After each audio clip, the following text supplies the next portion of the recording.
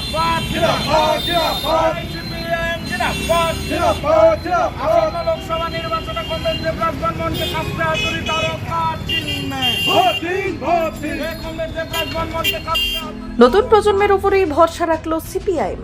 জলপাইগুড়ি লোকসভা আসনে প্রার্থী হলেন যুব সংগঠনের নেতা তথা শিক্ষক দেবরাজ বর্মন। বৃহস্পতিবার সন্ধ্যায় বামফ্রন্ট যে প্রার্থী তালিকা ঘোষণা করেছে তাতে জলপাইগুড়ি আসনে নাম রয়েছে দেবরাজ বর্মনের। 2007 সালে কলেজ সংসদের সম্পাদক এবার অষ্টাদশ লোকসভার সাংসদ হবার লড়াইয়ে অবতীর্ণ হলেন।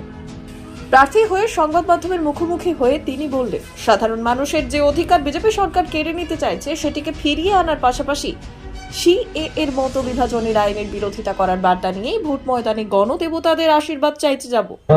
দেখো, এখানে প্রার্থী আর ভাবার কিছু নেই। এটা পার্টি যাকে মনে করেছে দাঁড় করানো, এবং আমাদের পার্টির কাছে হচ্ছে এটা একটা কি বলবো, একটা সংগ্রাম, নির্বাচনী একটা সংগ্রাম। আমাদের দাবি দাওয়া নিয়ে আমরা সারা বছর মাঠে থাকি আর কি, মাঠে ময়দানে রাস্তায় ঘাটে আন্দোলন চলতে থাকে। এটাও তারই একটা অংশ। এখন কি শুরু করবেন?